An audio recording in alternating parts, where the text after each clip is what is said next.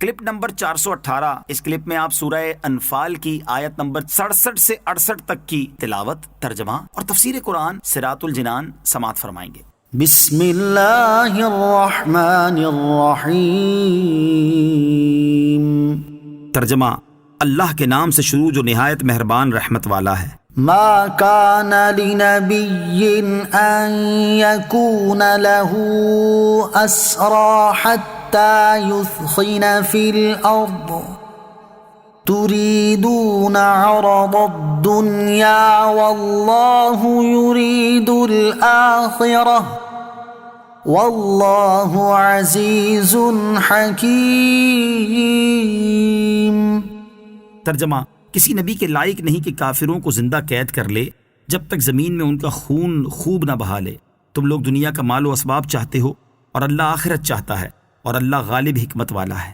حتی یثخن فی الارض، جب تک زمین میں ان کا خون خوب نہ بہا لے۔ ارشاد فرمایا کہ کسی نبی کے لیے لائق نہیں کہ اپنے ہاں کافروں کو قید رکھے جب تک زمین میں ان کا خون خوب نہ بہا لے، اور قتل کفار میں مبالغہ کر کے کفر کی ذلت اور اسلام کی شوکت کا اظہار نہ کرے۔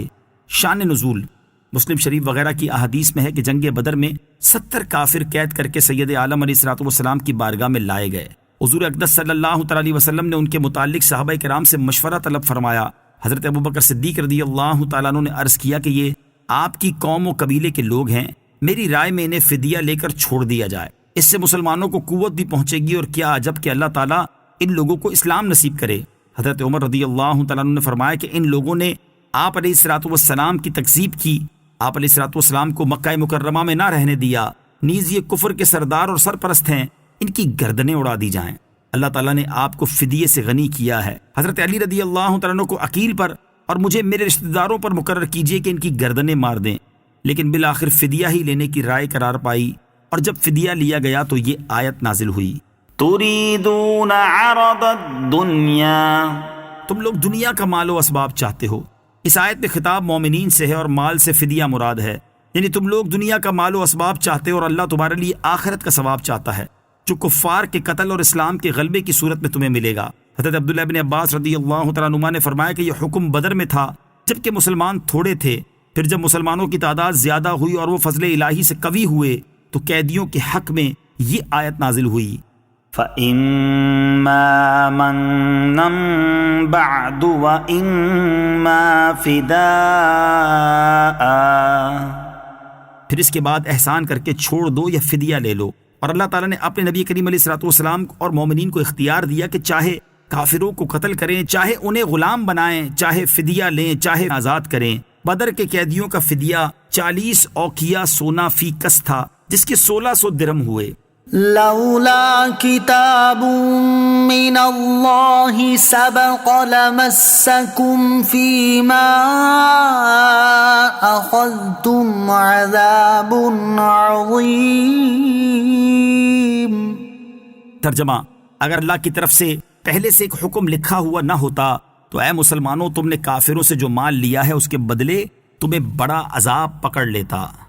لولا کتاب من اللہ سبق، اگر اللہ کی طرف سے پہلے سے ایک لکھی ہوئی بات نہ ہوتی۔ اس آیت میں کتاب من اللہ سبق کے بارے میں مفسرین نے مختلف اقوال ذکر کیے ہیں، ان میں سے 3 سماعت کیجیے۔ نمبر 1، اس لکھے ہوئے سے مراد یہ ہے کہ اجتہاد پر عمل کرنے والے سے مواخذہ نہ فرمائے گا، اور یہاں صحابہ کرام رضی اللہ تعالی عنہم نے اجتہاد وہی کیا تھا، اور ان کی فکر میں یہی بات آئی تھی کہ کافروں کو زندہ چھوڑ دینے میں ان کے اسلام لانے کی امید ہے، اور فدیہ لینے میں دین کو تقویت ہوتی ہے، اور اس پر نظر نہیں کی گئی کہ قتل میں اسلام کا غلبہ اور کفار کی تحدید ہے۔ یہاں ایک مسئلہ یاد رکھیں کہ سید عالم علیہ الصلوۃ والسلام کا اس دینی معاملے میں صحابہ رضی اللہ تعالی عنہم کی رائے دریافت فرمانا مشروعیت اجتہاد کی دلیل ہے۔ نمبر 2، یا کتاب من اللہ سبق سے وہ مراد ہے جو اس نے لوح محفوظ میں لکھا کہ اہل بدر پر عذاب نہ کیا جائے گا۔ نمبر 3، یا اس سے وہ مراد ہے جو اس نے لوح محفوظ میں لکھا کہ اللہ تعالیٰ تمہارے لیے غنیمت حلال فرمائے گا۔ یاد رہے کہ آیت کے اگلے حصے لمسکم فی ما اخذتم میں ان صحابہ کرام سے خطاب ہے جو فدیہ لینے پر راضی تھے۔ حضور اقدس علیہ الصلوۃ والسلام اس خطاب میں داخل نہیں۔ جب یہ آیت کریمہ نازل ہوئی تو نبی کریم علیہ الصلوۃ والسلام نے ارشاد فرمایا، اگر آسمان سے عذاب نازل ہوتا تو حضرت عمر بن خطاب اور حضرت سعد بن معاذ رضی اللہ تعالیٰ عنہما بچ جاتے، کیونکہ ان کی رائے عالی فدیہ لینے کے خلاف